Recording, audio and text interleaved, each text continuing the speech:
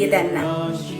এই অম্বাবুজির দিনগুলোতে যেখানে সকল মায়ের মন্দিরের দ্বার বন্ধ হয়ে থাকে, ঠিক সেই দিনগুলিতেও আমাদের মা শ্যামসুন্দরী তার সন্তানদের দেখার জন্য অধীর আগ্রহে তার মন্দিরের দ্বার মুক্ত করে অপেক্ষায় থাকে প্রতিদিনের ন্যায়।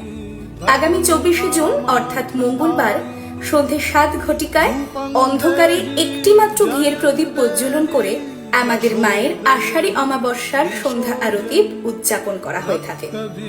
কথিত আছে এই সময়ে মায়ের দুটি চোখের মণি নড়তে দেখা যায়, আর আমাদের জীবন্ত মা খিলখিল করে হাসতে থাকে।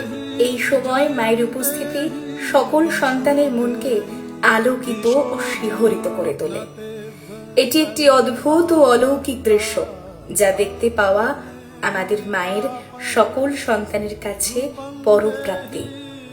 পূজা শেষে সকল সন্তান মায়ের ভোগ প্রসাদ গ্রহণ করে মায়ের আশীর্বাদ সঙ্গে নিয়ে নিজ নিজ গৃহে ফিরে যায়। সবাই মিলে বলুন, তো জয় মা শ্যামসুন্দরীর জয়।